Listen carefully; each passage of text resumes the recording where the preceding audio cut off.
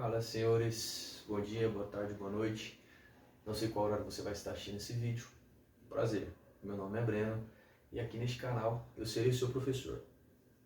Senhores, sou bacharel em Direito. Atualmente estou cursando 2 pós-graduação, uma em Direito Penal e Processo Penal, a outra em Segurança Pública e Investigação Criminal. E eu criei este canal com o intuito de trazer de maneira simples, mas muito didática, um pouquinho sobre direito penal, processo penal, segurança pública.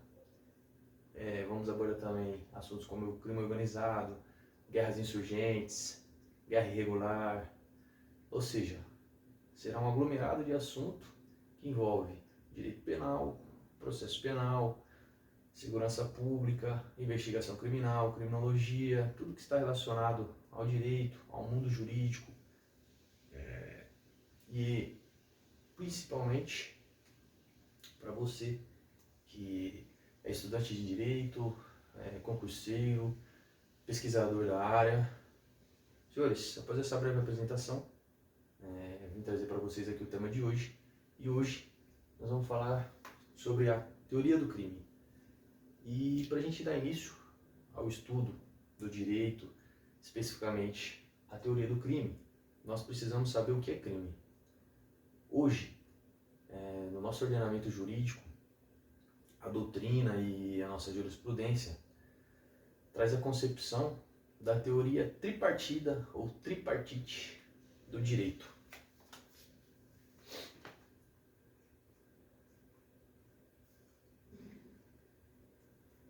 Tripartida. E o que seria isso, pessoal? Basicamente, a doutrina ela divide o crime em 3 fatores. Pessoal, desculpa o nervosismo aí, é a primeira aula, confesso que estou bastante nervoso. O espaço é pequeno, improvisado, mas tenho certeza que vai dar certo e ao fim do vídeo eu espero concluir a missão, que é ensinar para vocês o que é a teoria do crime. Vamos lá para a divisão então do que a doutrina entende como crime, ou pelo menos os elementos que se deve conter um crime.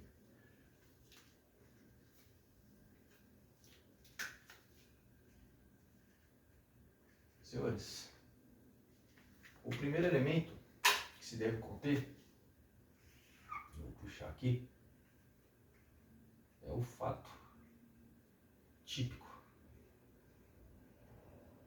Fato típico. O segundo elemento é a ilicitude. E o terceiro elemento,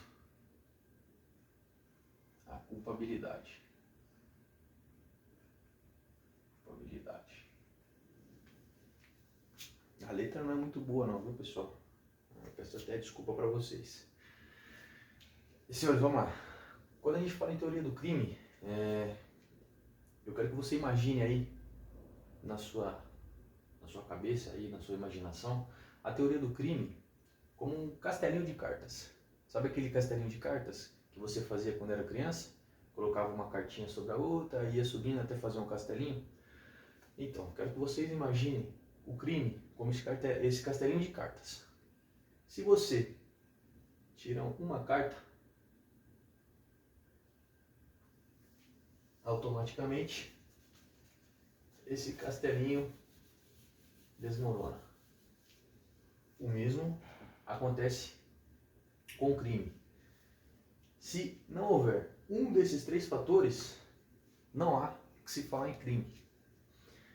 Ah, professor, mas e por que o pessoal costuma dizer então que a teoria do crime é tão difícil? Se é só isso?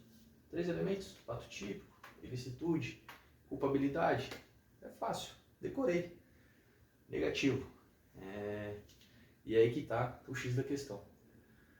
A maioria dos cursinhos e do pessoal da internet aí, eu, apesar de hoje eu ser concursado, eu sou policial militar, tá, pessoal, pra quem não sabe. Apesar de hoje eu ser concursado, eu ainda estudo para concurso, e porque gosto. E eu vejo que a maioria dos cursinhos, e esse pessoal que é coach, vendedor de curso, nada contra, tá, pessoal?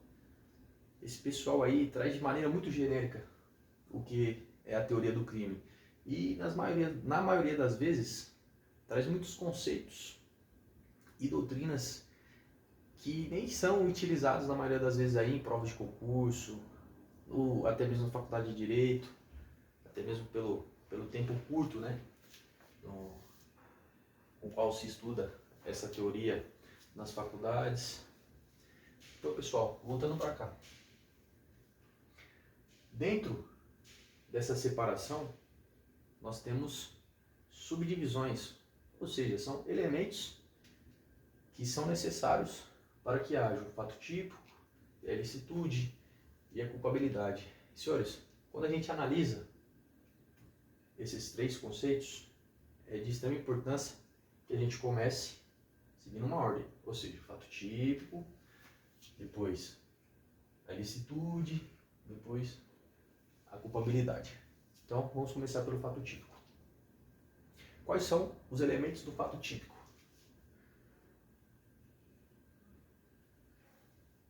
Antes, pessoal, o que é um fato típico?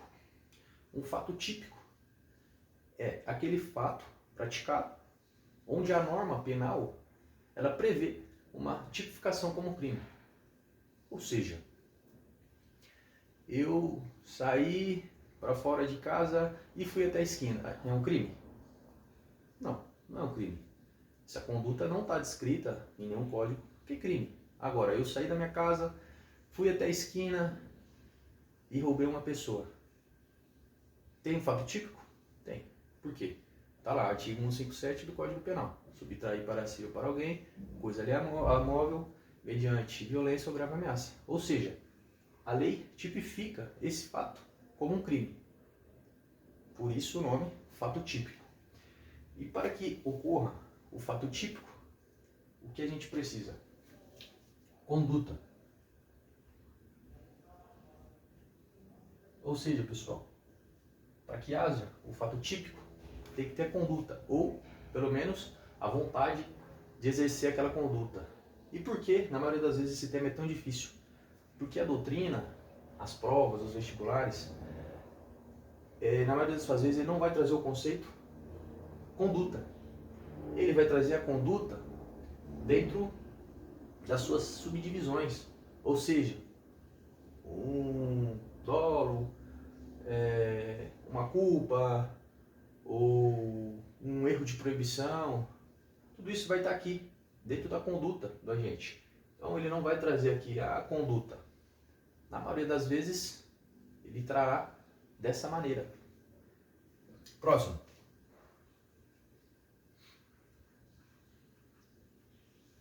Resultado. Ou seja, para que aquilo seja um fato típico, tem que ter um resultado. Ainda que você queira alcançá-lo ou espere alcançá-lo ou não. É necessário um resultado. Próximo. Nexo causal. Nexo causal. Professor, o que é o nexo causal? Senhores, simples. Nexo causal é a conexão. É a conexão. É a ponte entre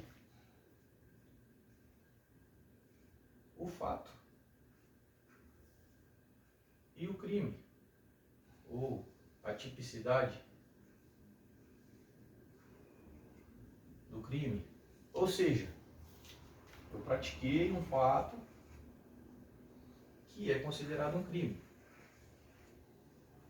Então veja que aqui tem uma ligação, tem uma ponte, que seria o nexo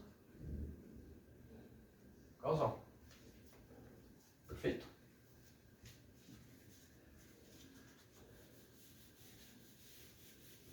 E para fechar, senhores, o fato típico, o último elemento, como eu já havia dito,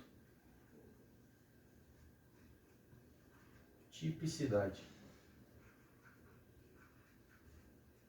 É necessário, é estritamente necessário que esteja descrito na lei, esteja tipificado em lei como crime.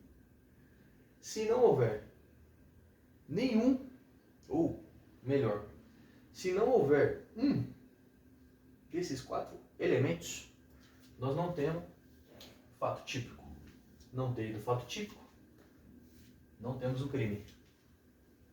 Ou seja, pratiquei um fato que não é tipificado como crime. Não tem o fato típico, não tem um crime.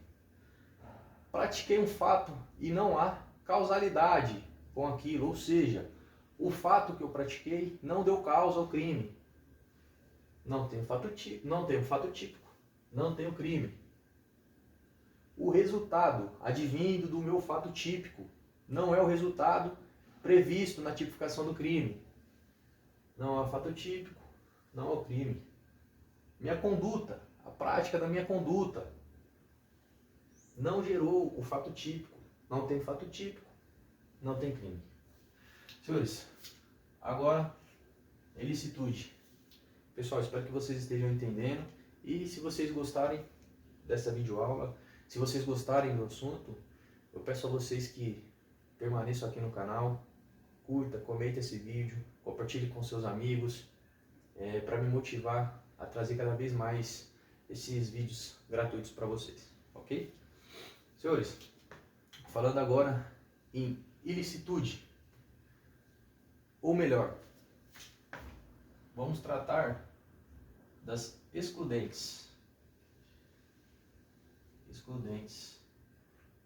de ilicitudes. Ou seja, o próprio nome diz, elas excluem a ilicitude. Excluiu a ilicitude, não há que se falar em crime. Vamos lá, a primeira dela. Isso aqui para você que é concurseiro ou operador do direito, operador primário, como eu costumo dizer, operador primário é o policial, seja ele militar, civil, federal, que está ali na rua todos os dias, operando, vivendo o direito. Opinião minha, tá, pessoal?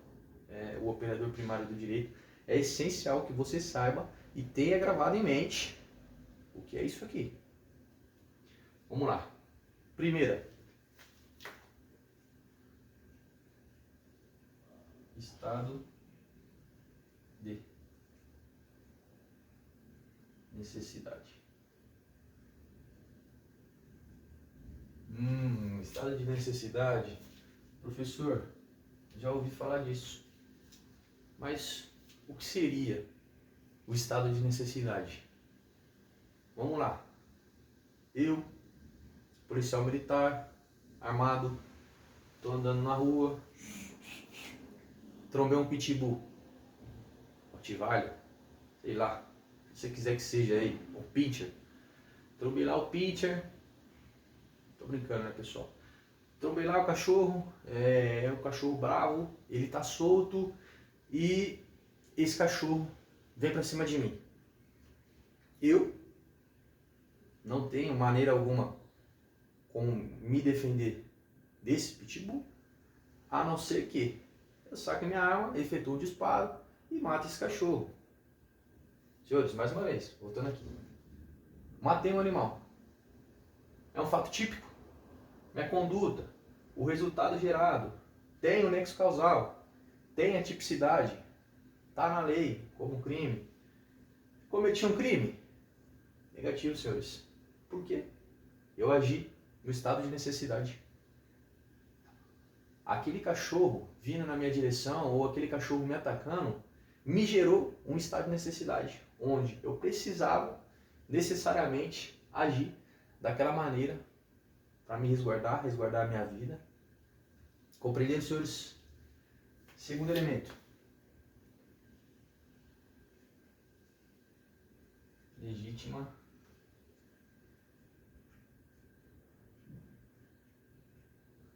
defesa. Senhores, professor, já ouvi falar de legítima defesa. O que é legítima defesa? Senhores, a legítima defesa, ela existe para que ela ampare aquele agente, ampare a ação daquele agente mediante a um risco iminente ou uma grave ameaça. Estou ali, mediante um risco iminente, uma grave ameaça, eu preciso me defender ou defender o direito de terceiro, preciso defender a vida de um terceiro. Senhores, eu vou agir amparado pela legítima defesa, que é uma das excludentes de licitude, que por sua vez exclui o crime. Professor, exemplo. Vamos lá, senhores. Mesmo exemplo que eu dei do pitbull aqui, eu vou utilizar outro exemplo. Estou eu aqui, policial militar, de folga, 40 na cintura, pá. Saí de casa, cheguei na esquina, trombei o ladrão. Vai, mão na cabeça, passa tudo. O ladrão, Zé Ruela, no sapo, moscando. E o Maicão aqui, todo pra frente, ganhando todo o ambiente. Senhores, me antecipo, saco o meu canhão, pau, pau, pau. Arrebento o ladrão. Senhores, minha conduta gerou um resultado, tem um nexo causal, tá tipificado como crime? Tá tipificado, senhores. Artigo 121 do Código Penal. Matar alguém. Ah, então você vai ser preso, você cometeu um crime? Negativo, senhores. Eu agi em legítima defesa.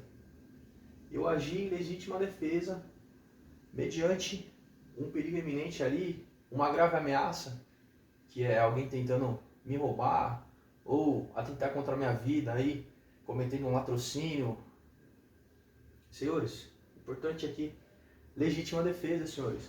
Ah, mas eu tô lá, Maicão de folga, trombei um roubo ali, tá fazendo a senhorinha, tá armado, tá ali no sapo ali, debaixo da blusa. Pau. Senhores, legítima defesa de terceiro. Ou seja, a excludente de ilicitude, legítima defesa, ela não serve apenas para resguardar o seu direito, a sua vida. A de terceiro também, senhores. Então, aqui, legítima defesa de terceiro também. Terceiro.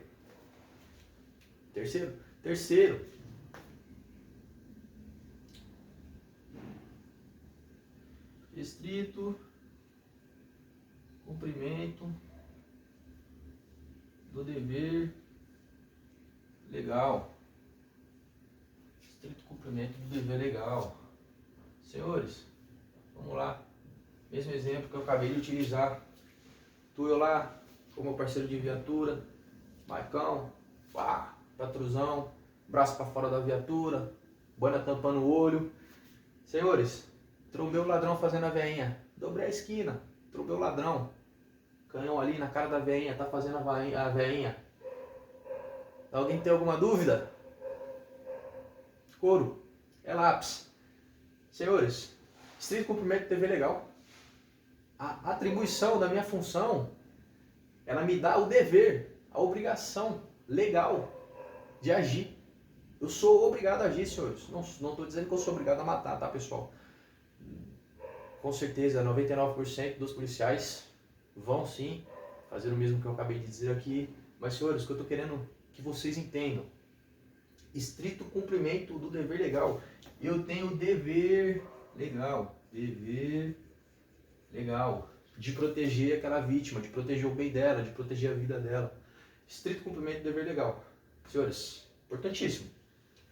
Aqui, tô de folga, pá.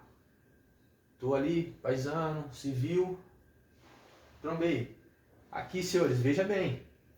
O fato de eu ser policial militar, estar fardado, estar ali representando o Estado, ter assinado lá e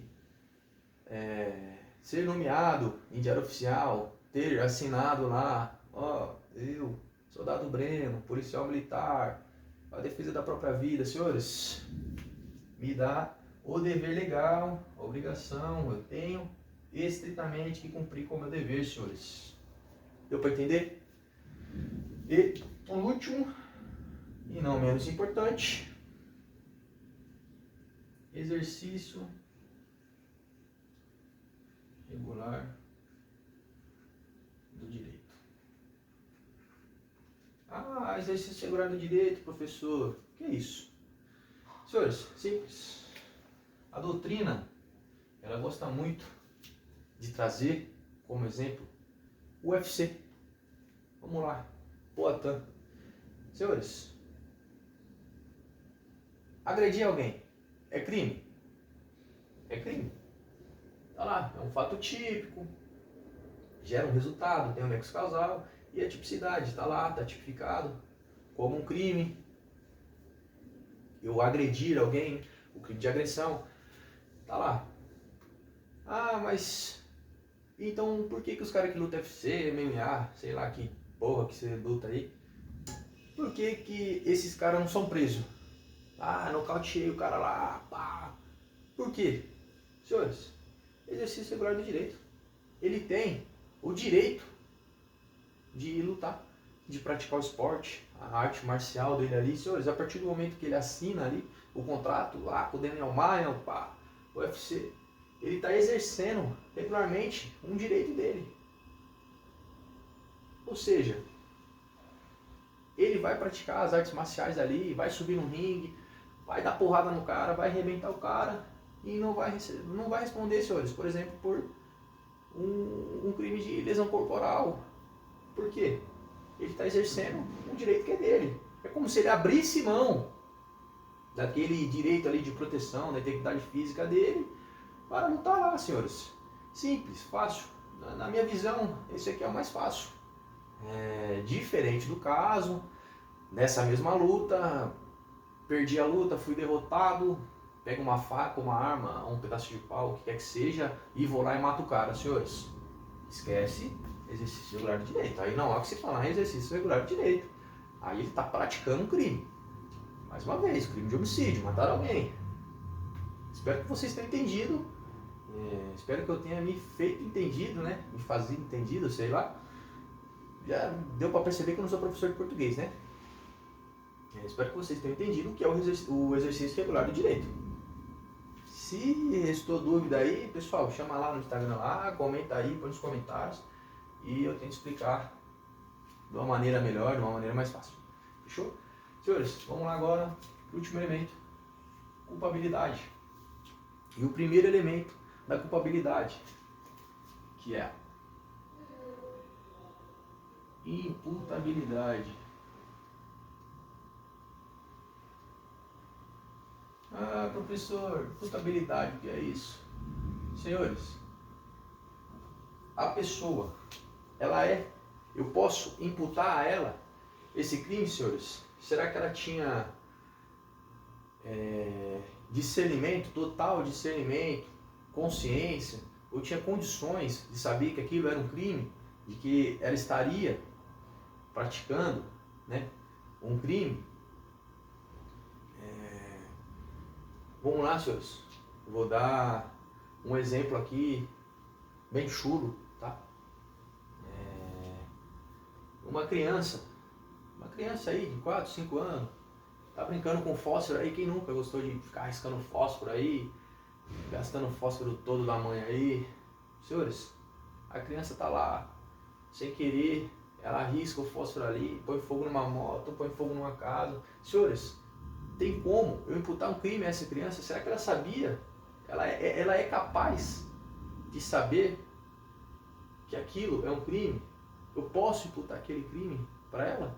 Senhores, esse caso aqui resguarda as crianças, os inimputáveis. E veja que aqui dentro dos inimputáveis tem aqueles que têm problemas mentais,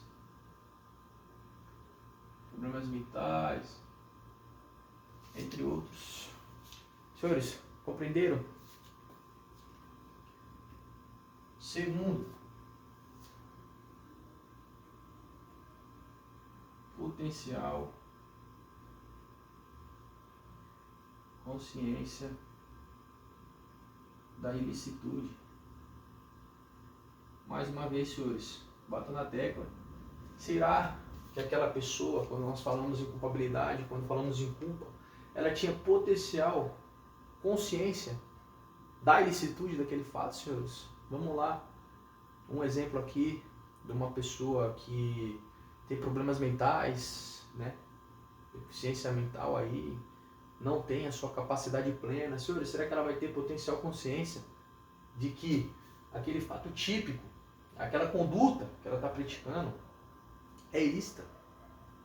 Compreenderam, senhores? A seguir, E o último, exigibilidade de conduta adversa. Peraí, se eu sei. Exigibilidade. Não que eu errei, mas vamos colocar o termo certo. Exigibilidade de conduta diversa. Senhores, será que no momento da prática daquele crime, daquele fato típico, que é tipificado como crime, eu teria como ter uma conduta diversa? Será que eu poderia exigir do agente uma conduta diversa? Senhores, já vou adiantando. Se há como exigir do agente uma conduta diversa, há então aqui o precedente de que ele deveria ter uma conduta diversa. Claro, estamos falando aqui de que ele tem potencial consciência da ilicitude, ele é imputável, ele não está dentro de nenhuma das excludentes de ilicitude e possui aqui todos os requisitos do fato típico. Senhores, praticou um crime. Praticou o crime e vai ser punido, vai responder por tal.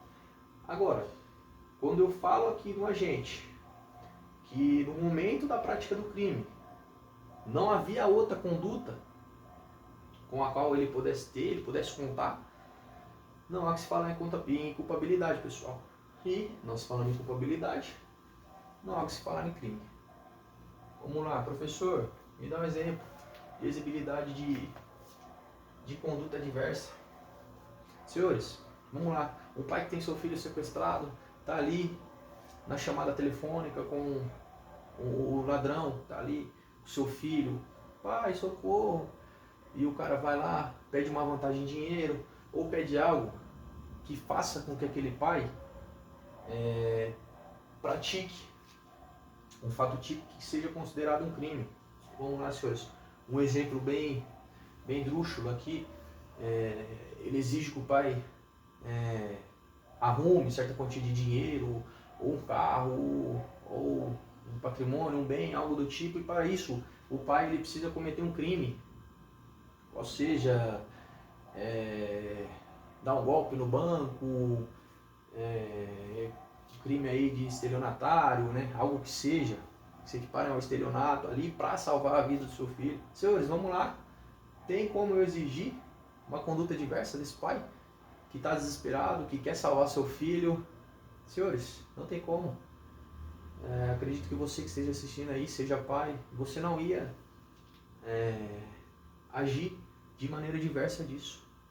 Por isso nós temos aqui a exigibilidade de conduta diversa. Ou seja, é exigível que o autor, o agente ali daquele crime, ele tenha uma opção, uma segunda opção, uma conduta diversa. O próprio nome já diz. Senhores, vamos lá.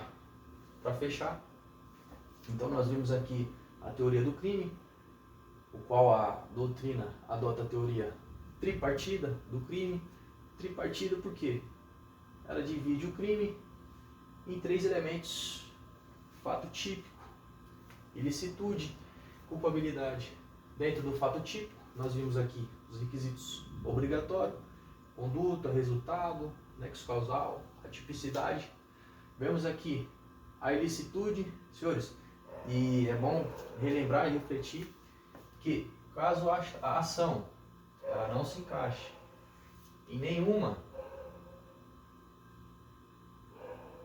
dessas 4 condutas aqui, senhores, há ilicitude, certo? Essas aqui são excludentes de ilicitude, ou seja, pratica o crime dentro desses 4 territórios aqui, não há que se falar em ilicitude. Senhores, quando eu saio para fora, quando eu saio daqui, há ilicitude, pratiquei o crime, o ato ilícito. E por fim, senhores, falamos na culpabilidade.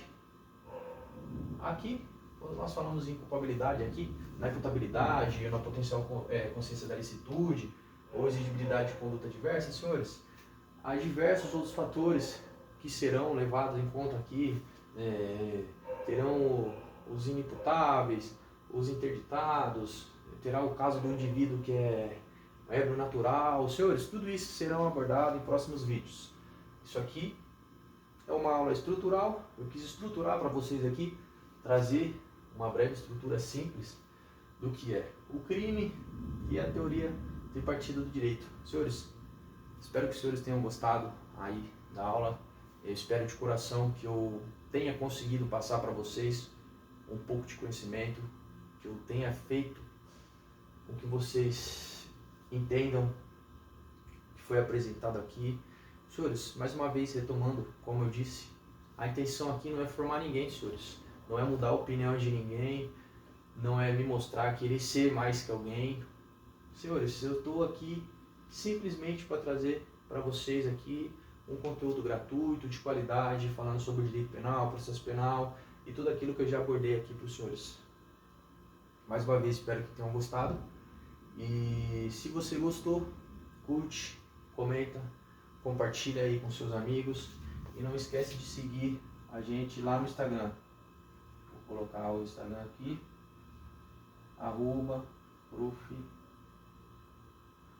@prof.morenofontes. É isso, pessoal. Até o próximo vídeo.